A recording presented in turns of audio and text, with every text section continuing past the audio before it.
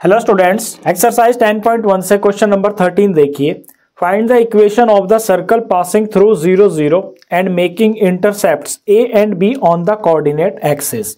उस सर्कल की equation find कीजिए जो 0 0 से पास हो रहा है। 0 0 कोऑर्डिनेट होते हैं ओरिजिन के, यानी कि यहाँ पर है। ये फिगर देख रहे हो आप, ये सर्कल है, ये वाई एक्सिस है, ये एक्स एक्सिस है, यहाँ पे ओरिजिन है, ये 0 0 इसके पॉइंट्स हैं, यहाँ से पास हो रहा है ये circle. Making intercepts A and be on coordinate axis, और इन एक्स एक्सिस और वाई एक्सिस के ऊपर ए और बी इंटरसेप्ट बन रहे हैं। अब एक्स एक्सिस के ऊपर जो इंटरसेप्ट होता है वो होता है ए इंटरसेप्ट, यानी इस पॉइंट से लेके और यहाँ तक की ये जो लेंथ है ये ए के बराबर है, ये ए इंटरसेप्ट है। और इस पॉइंट से लेके और यहाँ जहाँ सर्कल ये टच हो रहा है यहाँ तक की जो लेंथ है ये बी इंटरसेप्ट है। इतना क्वेश्चन क्लियर है। अब इसकी इक्वेशन हम कैसे फाइंड करेंगे? देखिए, इक्वेशन फाइंड करने के लिए हमको रेडियस चाहिए और उसके बाद ये जो सेंटर के कोऑर्डिनेट्स होते हैं एच और के, ये हमको चाहिए। अब इन्हें हमको फाइंड करना पड़ेगा। फाइंड हम कैसे कर सकते हैं? ये जो यहाँ हमें इंटरसेप्ट दे रखे हैं ना, इनकी हेल्प से ही हम रेडियस भी फाइंड करेंगे और सेंटर भी फाइंड करेंगे। पहले इस पॉइंट को देखिए, जो ए इंटरसेप्ट यहाँ पे खत्म होता है, मान लीजिए इसका पॉइंट का नाम है कैपिटल ए रख लेता हूँ। तो ए के जो कोऑर्डिनेट्स होंगे, यहाँ पे ये एक्स है तो ये ए हो गया, वाई की वैल्यू यहाँ 0 होगी तो ये 0 हो गया। इसी तरह से अगर इस पॉइंट का नाम मैं यहाँ पे बी रख लेता हूँ तो यहाँ पे एक्स एक्सिस पे तो कुछ है नहीं, यानी एक्स एक्सिस यहाँ पे 0 और वाई की वैल्यू यहाँ पे होगी इस लेंथ बी के बराबर। तो ये बी के कोऑर्डिनेट्स हो गए हैं। अब यहाँ पे ओरिजिन के ऊपर जहाँ ये ओरिजिन होता है यहाँ पे 90 डिग्री का एंगल होता है। 90 डिग्री का एंगल होने का मतलब है कि अगर मैं इन पॉइंट्स को जोड़ता हूँ ए को और बी को तो ये एक राइट ट्राइंगल बनेगा। और सर्कल के अंदर जो राइट ट्राइंगल होता है वो सेमी सर्कल के अंदर लाई करता है। यहाँ ध्यान से समझना है आपको इस बात को कि अगर ए को और बी पॉइंट को मैं जोड़ता हूँ, ए बी को ज्वाइन करते हैं हम,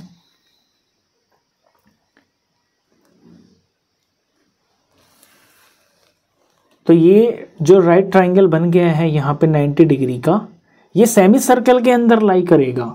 सेमी सर्कल के अंदर लाई करेगा, इट मीन्स इस ए बी लाइन के ऊपर ही सेंटर समवेयर कहीं पे लाई करेगा। वो कहाँ पे लाई करेगा अभी हमको पता नहीं है। तो पहले हम इसमें रेडियस फाइंड कर लेते हैं। रेडियस फाइंड करने के लिए जब ये पता चल गया कि ए बी के ऊपर ही समवेयर कहीं पे सेंटर लाई करेगा, इट मीन्स कि ये जो ए बी है ये इस सर्कल का डायमीटर है। तो डायमीटर की पहले मैं लेंथ निकाल सकता हूँ क्योंकि मेरे को यहाँ एंड पॉइंट्स के कोऑर्डिनेट दे रखे हैं, और उसको मैं हाफ कर दूंगा तो फिर रेडियस पता चल जाएगा। तो पहले देखिए लैंग्वेज में हम लिखेंगे कि हेयर जो ए बी है इज डायमीटर। अब ए बी की लेंथ हम फाइंड कर लेते हैं डिस्टेंस फॉर्मूला से। डिस्टेंस फॉर्मूला लिखते हैं x2 माइनस x1 का होल स्क्वायर प्लस में y2 माइनस y1 का होल स्क्वायर। यहाँ पे a के कोऑर्डिनेट्स a और 0 हैं और b के कोऑर्डिनेट्स 0 और b हैं। x2 माइनस x1 यानी 0 माइनस a अंडर रूट में 0 माइनस a का होल स्क्वायर हो गया प्लस में y2 माइनस y1 यानी b माइनस 0 इसका होल स्क्वायर हो गया। इसे सिंप्लीफाई करते हैं तो अंडर रूट के अंदर माइनस a का स्क्वायर a स्क्वायर हो गया और यहाँ b का स्क्वायर ये प्लस b स्क्वायर हो गया। तो ये तो डायमीटर की वैल्यू है ए बी की, इसका हाफ रेडियस होगा। अब रेडियस लिखते हैं यहाँ पे कि रेडियस कितना होगा, तो रेडियस हो जाएगा ए बी का हाफ। ए बी है अंडर रूट ए स्क्वायर प्लस बी स्क्वायर और इसका हाफ कर देंगे, ये अपॉन 2 आ गया। तो एक चीज़ हमने फाइंड कर ली है, हमने रेडियस फाइंड कर लिया इसका। अब हमें सेंटर के कोऑर्डिनेट्स फाइंड करने कि सेंटर कहाँ पर लाई करेगा। देखिए सेंटर जो होगा वो ए और बी के बिल्कुल सेंटर में ही लाई करेगा, यानी कि ए बी का जो मिड पॉइंट होगा वो इस सर्कल का सेंटर होगा। अब ये बात लिखते हैं हम कि सेंटर ऑफ सर्कल ये बराबर होगा mid point of A B. अब ए बी का मिड पॉइंट हम फाइंड कर सकते हैं मिड पॉइंट फॉर्मूला से, क्योंकि यहाँ ए और बी के कोऑर्डिनेट्स हमको पता है। अब मिड पॉइंट फॉर्मूला यहाँ पे लगा लेते हैं। पहले फॉर्मूला लिख देता हूँ यहाँ पे, x1 प्लस x2 अपॉन में 2, ये ब्रैकेट नहीं आएगा, comma y1 plus y2 upon में 2, यही होंगे मेरे x1 x2 y1 y2। Value लगाते हैं ज़रा, x1 x2 a plus 0 upon में 2, y1 y2 0 plus b by 2। तो क्या आया है, ये आ गया है a बाय 2, कॉमा ये आ गया है b बाय 2। यानी समवेयर अगर यहाँ पे सेंटर है, ये बिल्कुल बीच में, यहाँ पे मैं ओ डाल देता हूँ, अगर ये सेंटर है तो इसके जो कोऑर्डिनेट्स हैं ये a बाय 2 होंगे और ये b बाय 2 होंगे। बस अब मेरे को सेंटर भी पता चल गया, मेरे को रेडियस भी पता चल गया। अपनी जो जनरल फॉर्म होती है इसके अंदर मैं वैल्यू यहाँ पे फिल कर देता हूँ। तो x माइनस एच, ये h है और ये k है, ये सेंटर के कोऑर्डिनेट्स हैं। लगाते हैं वैल्यू ज़रा इसके अंदर, ये x हो गया, ये माइनस और h की जगह पर a बाय 2 इसका होल स्क्वायर, प्लस में y माइनस k, ये y हो गया, ये माइनस हो गया और k की वैल्यू है b बाय 2 इसका whole square is equal to radius का स्क्वायर। देखिए रेडियस हमने यहाँ फाइंड किया है, जिसको मैंने नंबर 1 मार्क किया है, ये है रेडियस, ये अंडर रूट में है a square plus b square और अपॉन में ये 2 है। ये इतना रेडियस है, इसका हमको स्क्वायर करना पड़ेगा, तो पूरे पे स्क्वायर लगा देंगे।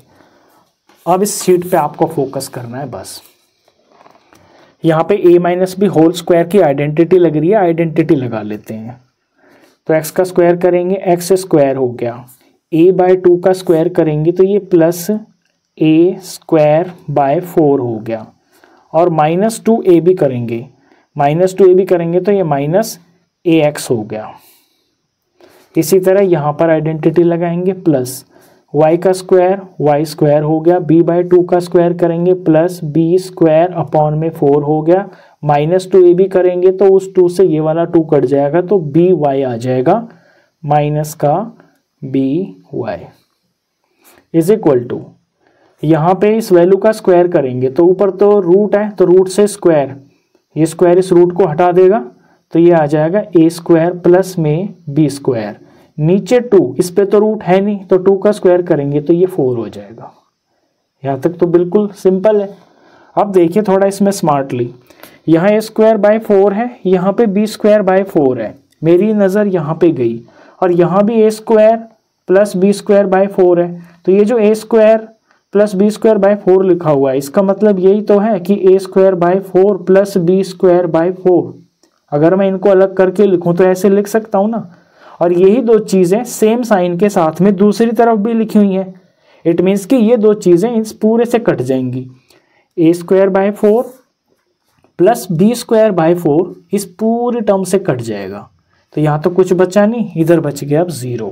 जो बचा है यहाँ देखिए, ये x स्क्वायर हो गया, फिर स्क्वायर वाली टर्म यहाँ पे y स्क्वायर है, फिर माइनस ax है, और फिर ये माइनस by है, और दूसरी तरफ बचा है 0, और यही इसका फाइनल आंसर, यही होगी इस सर्कल की इक्वेशन। क्वेश्चन खत्म।